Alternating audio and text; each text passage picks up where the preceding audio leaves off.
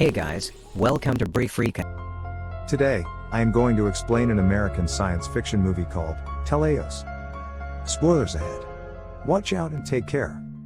In the year 2038, genetic engineering has allowed the creation of GC people, a species that is physically superior to regular humans, and with controlled emotions.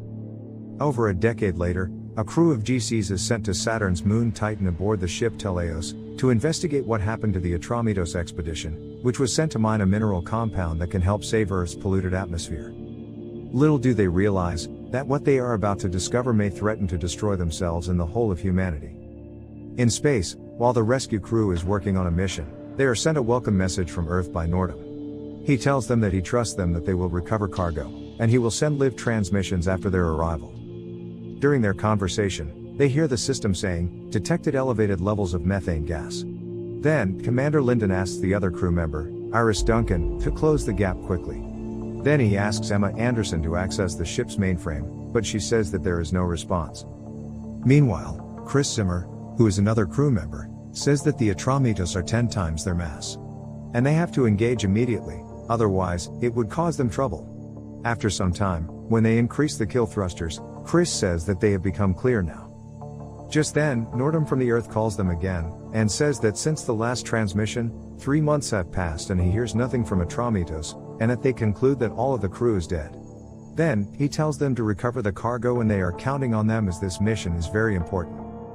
After that, Duncan and other crew see the Atromitos captain's talk, in which he says that the crew has been working for the last couple of weeks, and the compound has been harvested and ready for transport. He then says that they are only 26 days behind the schedule, and once the crew clears the quarantine, they will be ready to go. After some time, the crew opens the ship door, and goes along with their guns outside. Commander Lyndon sees that the black box is forcibly removed, and the plants have grown into a jungle. There, he sees the humanoid robot girl, Lulu, and asks her about Travis O'Neill, who is the single survivor from Atromitos, to which she answers that she doesn't know about him. Meanwhile, Duncan finds O'Neill, and calls for other crew members. Then, Captain Lyndon asks O'Neill, that if he gives him any important information regarding their mission, they will appreciate it. But O'Neill does not reply. Captain Lyndon then tells Duncan that she is in charge of getting information from O'Neill from now on. Duncan then goes to O'Neill and tries to talk to him, but he does not respond to any of her talks. She then discusses his psychological condition with the crew, and gives a suggestion about the humanoid robot girl Lulu, to check O'Neill's behavior in her presence and absence. After some time, they hear some noise within the ship. All the crew members along with their guns move to check. There, Duncan sees that O'Neill has escaped. She calls other members. Captain Lyndon then asks her to check the machine room. When Duncan arrives there, she finds O'Neill holding a gun on her. She then drops her gun and asks him if there is anything he wants to tell her. O'Neill then seems to say something, but soon Captain Lyndon arrives and asks him to drop his gun as its fingerprint is locked and will not work. Later, Duncan tells Captain Lyndon that O'Neill wanted to tell something, but because of him he did not say anything, and if he has given the lead of O'Neill to her, then he should let her do this, to which he says that makes him talk. Then, the crew sees Nordum again on the screen, reiterating about giving the cargo mission as a priority, and considering all other things as secondary. Now, Duncan again tries to talk to O'Neill, and after a while, he only says a friend, to which Duncan goes away and lets Lulu come inside. In the camera room, she sees that O'Neill is saying something to her, and then he kisses her. After that, she goes to talk to Orson, whereas Orson tells her that he forgot why he came here. Duncan thinks it's funny, and asks him when the last time was when he forgot things, to which he says that he does not remember this as well. Now, while Duncan is waiting outside for Lulu to come, she feels shivering in her hand, but she ignores it. Then Lulu arrives, and Duncan asks her about what O'Neill told her, to which she says that he said that while they are not able to always be close to each other, in his mind they both are together, every moment. Hearing this, Duncan gets surprised. Duncan then goes to O'Neill and tells him that Lulu is a hardware machine, and she understands all languages, and if he wants a good friend, he should rather talk to her than a robot. On the other hand, Dr. Orson and other crew members discuss that O'Neill is lucid, and they should try to torture him to make him talk. The scene then moves to Anderson, who wants to take a shower which isn't working. Soon, Chris arrives and helps her, after which she starts kissing him, and then they have intimacy together. Duncan then watches O'Neill on the screen, and sees that he is talking to himself.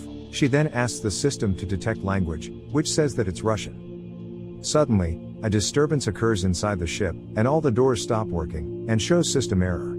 Duncan then turns on the screen and sees that Chris is wearing a belt with rope behind it, and he is going to close the open door, which is not working due to a system error. Seeing this, Anderson starts crying to see Chris in this condition, as she has developed feelings for him. Duncan then asks her what happened, but she continues crying. Meanwhile, Commander Lyndon holds the rope as Chris is floating in the ship and trying to close the door. The oxygen level is critical at that time, but Chris closes the door somehow, and becomes unconscious. Commander Lyndon then asks Anderson if it was her duty to fix the bugs of the system, but she might have focused on something else. Anderson then asks Lyndon if he thinks it's her fault, to which he tells her to fix that problem. After that, while Anderson is checking the system, Lyndon talks about the communication messages, but she starts crying, to which Lyndon asks her what happened to her. She says that she doesn't know what's wrong with her. Meanwhile, Chris arrives and Anderson hugs him. Lyndon sees all this and asks Chris to focus on his work.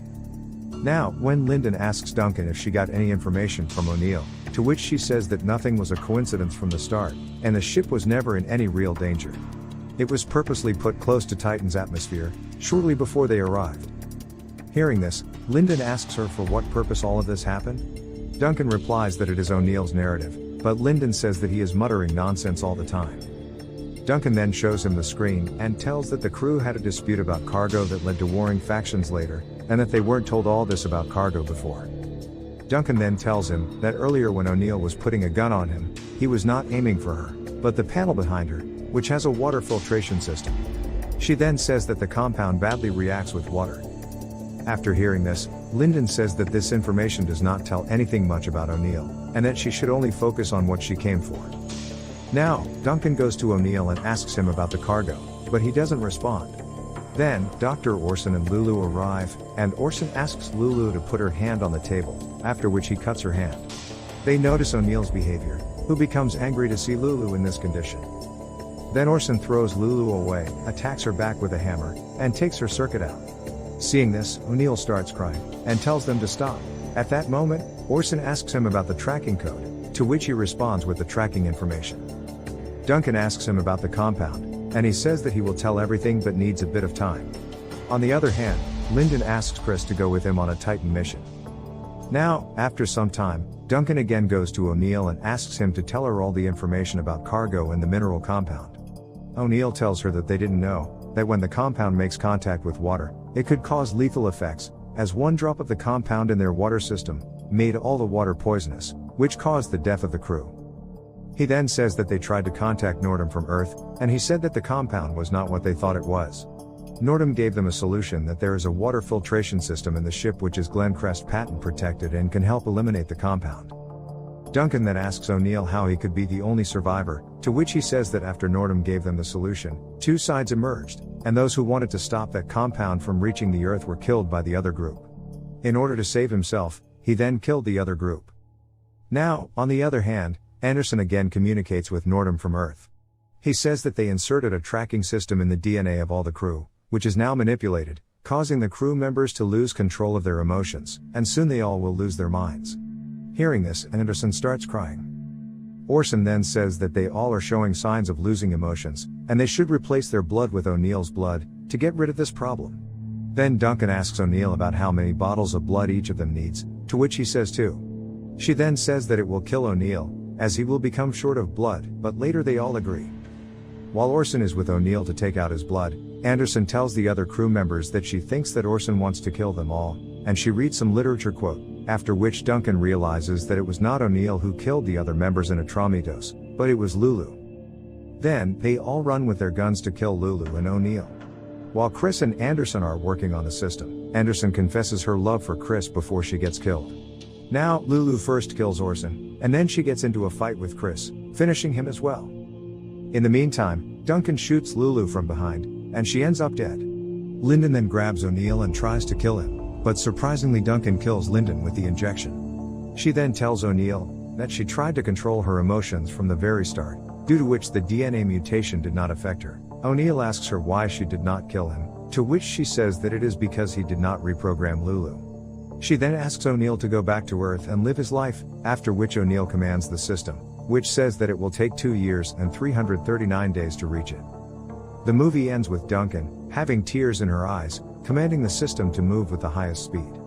The system responds that it will destroy the ship, but despite the warning, she continues with her decision. To watch more recaps like this, you can just click on one of the movies on your screen and continue the show. Or subscribe for more videos like this, turn on notifications, and leave a like to help out the channel.